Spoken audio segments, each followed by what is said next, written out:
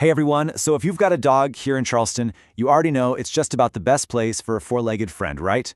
But it's also got its own unique challenges. That's why today we're going to walk through how to find a really great dog trainer, someone who actually gets what it's like to live in the low country. Charleston is just full of distractions, isn't it? I mean, you've got the cobblestone streets that can be tricky, the sounds of those horse-drawn carriages clomping by, not to mention all the busy patios packed with people on King Street. For your dog to be a happy, confident companion through all of that, a little training goes a long, long way. It's really what helps you both get out and enjoy all the amazing things this city has to offer. And that's exactly it, right? That's why finding a trainer with local knowledge is such a big deal. Someone who gets Charleston. They know how to teach your dog to walk politely past all those tourist crowds down by Rainbow Row, or how to stay focused when you're trying to have a nice, relaxing time at Waterfront Park. They're not just giving you generic advice, they're building a plan for your real life right here. Okay, so where do you even begin? Well, the very first step is just figuring out what you and your dog really need. There are a bunch of different goals when it comes to training, and a whole lot of different ways a trainer can help you get there. So let's break down what your goal might be. Are you just looking for a great family dog, one with solid, everyday manners? Or maybe you need some behavior modification for a specific issue, like your dog is super fearful of something. Or hey, maybe you just brought home a brand new puppy. Just figuring out your main goal is going to be the thing that points you toward the right kind of specialist. And then there's the how. How is this training actually going to happen? Well, you've got a few main options.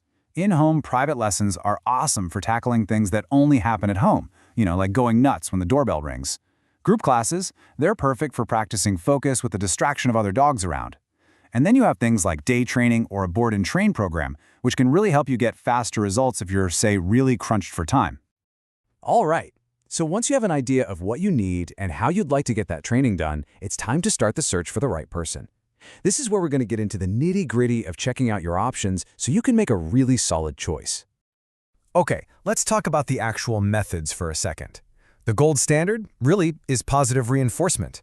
It's all based on modern science, and it's super effective.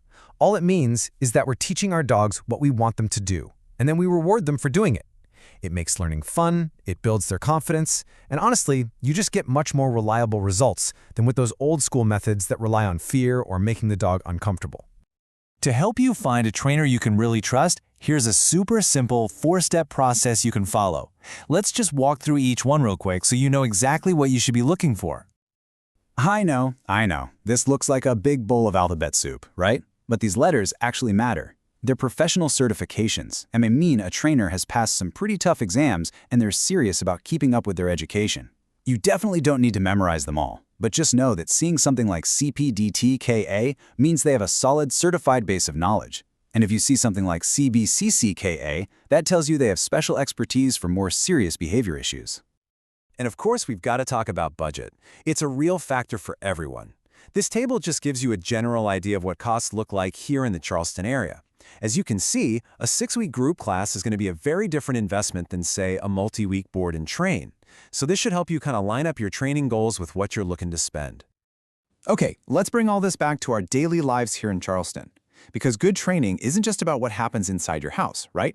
It's about being a good neighbor, a good citizen, and being able to safely go out and enjoy all the incredible dog-friendly spots our city has. Here is a super simple but really important local rule to know. The city requires your dog to be on a leash that's no longer than 6 feet whenever you're in a public space. A standard leash is perfect. It just gives you good, safe control, which is absolutely what you need when you're trying to navigate a busy sidewalk or a crowded park. And here's one more key thing for every dog owner here. State law in South Carolina says all dogs over 4 months old have to have their rabies vaccination. It's just a basic public health thing, and it's there to keep our pets and us safe. So after you and your pup have built up some skills with your trainer, you've got to take them out on the road, so to speak. You need places to practice. And Charleston has some seriously fantastic spots for this. You could work on your dog's recall at the James Island County Park Dog Park, or practice that loose leash walking on the West Ashley Greenway. Getting out into these real-world places is where all that training really starts to click. All right, so you've done your research, you've narrowed it down to a few options. Now it's time to actually talk to them.